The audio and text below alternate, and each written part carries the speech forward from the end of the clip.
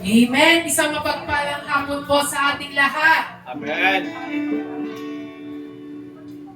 Halina't makipagbuklat sa aklat ng Exodus chapter 42, verse 16 to 17.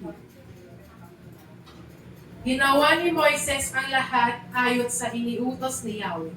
Kaya ang tabernakulo'y itinayo nila noong unang araw ng unang buwan ng ikalawang taon mula nang umalis si Egypt. To God be all glory.